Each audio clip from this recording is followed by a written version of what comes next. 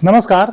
इस अंक में आप सभी का बहुत बहुत स्वागत है। बिहार में करीब 3000 शिक्षकों पर 1171 एफआईआर अभी तक दर्ज किए जा चुके हैं। आखिर यह एफआईआर क्यों करी गई, उनका क्या अपराध था, और सबसे बड़ी बात, क्या इस अपराध में कोई और भी शामिल था? यदि कोई शामिल था तो उनके ऊपर क्या कार्रवाई की गई, या केवल शिक्षकों को ही इस अपराध के लिए बलि का बकरा बना दिया गया? जैसा कि हम सब को पता है कि बिहार में 2006 से लेकर 2015 तक लगभग 3.5 लाख नियोजित शिक्षकों की भर्ती की गई थी, और ये सारे नियोजित शिक्षक अभी सेवारत हैं। इन शिक्षकों की भर्ती में सीधे राज्य सरकार या बीपीएससी या राज्य सरकार के किसी भर्ती एजेंसियों का कोई रोल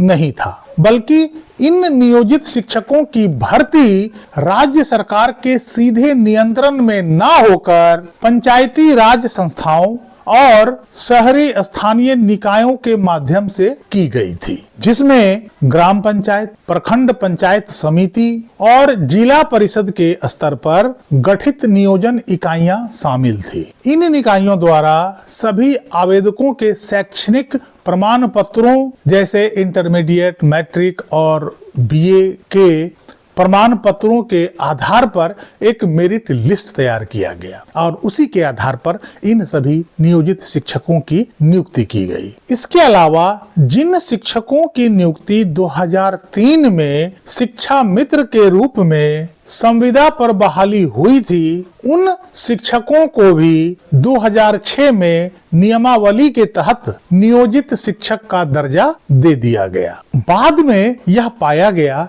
कि इन नियोजित शिक्षकों की नियुक्ति में बड़े स्तर पर धोखाधड़ी, धांधली और अनियमितता बरती गई। जब इसमें बड़े स्तर पर धांधली का पता चला, तब पटना हाई कोर्ट के आदेश के बाद निगरानी विभाग 2006 से 2015 के बीच नियुक्त सभी नियोजित शिक्षकों के प्रमाण पत्रों की जांच शुरू की गई, जिसमें बहुत बड़ा खुलासा हुआ। उसमें पता चला कि इन शिक्षकों की नियुक्तियों में बड़े स्तर पर धांधली और अनियमितता बरती गई है। जैसे मेरिट लिस्ट बनाने में धांधली हुई, फर्जी प्रमाण पत्रों को लगाया गया, मार्कशीट में अंकों में हेराफेरी करी गई ताकि मेरिट लिस्ट में उनका नाम ऊपर आ जाए। कई प्रमाण पत्रों में पिता, पति आदि के नाम में बहुत छेड़छाड़ किया गया। कहीं कहीं तो यह भी पता चला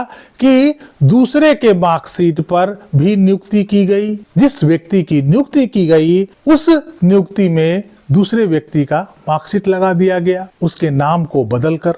इस तरह की बहुत सारी धांधलियां इसमें देखी गई, इसका पता चला। अब तक की जांच में लगभग 3000 शिक्षकों की नियुक्तियों में बड़े स्तर पर धांधली देखी गई। उनके प्रमाण पत्र फर्जी पाए गए या फैब्रिकेटेड पाए गए, जिसमें किसी न किसी प्रकार से हेराफेरी करी गई थी ताकि उन्हें नियोजित शिक्षक के रूप में नियुक्ति मिल जाए। अभी तक इन शिक्षकों के ऊपर 1711 एफआईआर दर्ज करी गई है। जांच अभी भी जारी है। अभी कुछ और ऐसे फर्जी दस्तावेज मिलने की आशंका बनी हुई है। जितने शिक्षकों के प्रमाण पत्रों की जांच अभी तक नहीं हुई है, उन सभी शिक्षकों से अपने प्रमाण पत्रों को ऑनलाइन पोर्टल पर अपलोड करने का निर्देश दे दिया गया है, जिनकी संख्या भी अभी हजारों में है। और इन सब के प्रमाण पत्रों की पूरी जांच के बाद यह पता चल पाएगा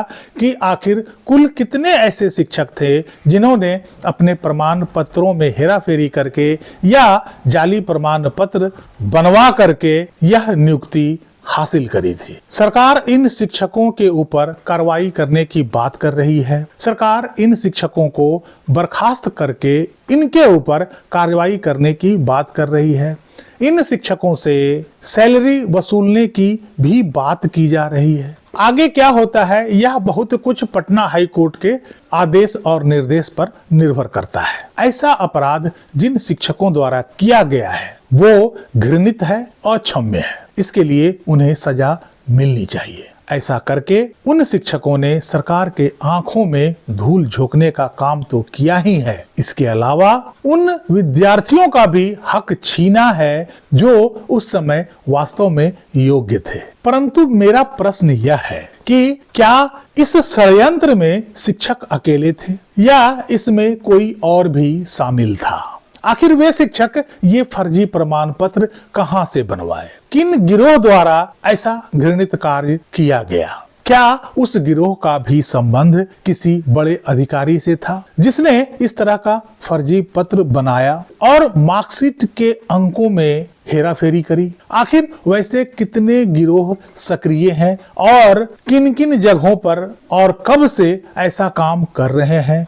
इसकी जांच भी अवश्य रूप से होनी चाहिए, क्योंकि जब तक हम किसी अपराध के जड़ तक नहीं जाएंगे तब तक इस समस्या का समाधान नहीं होगा। आज नियोजित शिक्षक शक के घेरे में आए हैं, कल यह अपराध किसी और विभाग के लिए भी किया जा सकता है। इसलिए जो भी व्यक्ति इसमें इन्वॉल्व है सभी के खिलाफ कार्रवाई होनी चाहिए। इन शिक्षकों की नियुक्ति स्थानीय निकायों द्वारा किया गया था। आखिर उन नियोक्ताओं ने ऐसे फर्जी प्रमाण पत्रों का जांच क्यों नहीं किया? क्या यह उनकी जिम्मेदारी नहीं थी? आखिर जिम्मेदारी थी तो उन्हें ठीक से क्यों नहीं निभाया गया? क्या उन लोगों का भी इसमें कोई साठगांठ था? इसमें कोई शक नहीं है कि ऐसे नियोक्ता जिन्होंने इन शिक्षकों की नियुक्ति करी है उनका इन्वॉल्वमेंट से भी इनकार नहीं किया जा सकता है। आखिर उन लोगों को भी शक के कटघरे में खड़ा किया जाना चाहिए, उन लोगों के ऊपर भी कार्रवाई होनी चाहिए। जब इन शिक्षकों की नियुक्ति की जा रही थी, उन लोगों का मेरिट लिस्ट तैयार किया जा रहा था, तो उनके प्रमाण पत्रों की जांच, मार्कशीट की जांच क्यों नहीं कराई गई? क्या यह जानबूझकर नहीं कराई गई? क्या यह नियोक्ताओं को पता था कि ये फर्जी हैं, बावजूद इसके उन्होंने उन्हें शिक्षक के रूप में नियुक्त किया? आखिर जांच का मामला उन नियोक्ताओं तक भी पहुंचना चाहिए और यदि कोई भी नियोक्ता इस तरह के फर्जीवाड़े में शामिल मिलते हैं या उनकी कोई भूमिका होती है तो उनके खिलाफ भी कार्रवाई अवश्य होनी चाहिए, उनके खिलाफ भी FIR अवश्य होनी चाहिए। बिहार के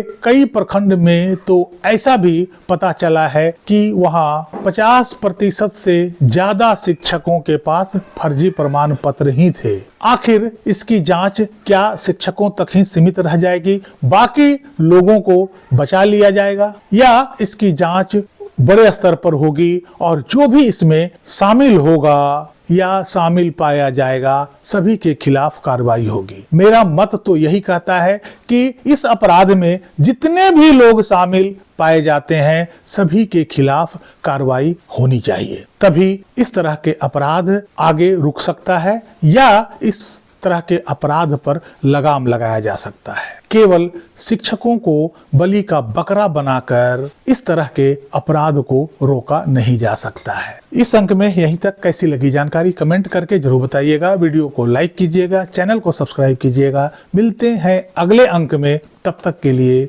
जय हिंद, वंदे मातरम।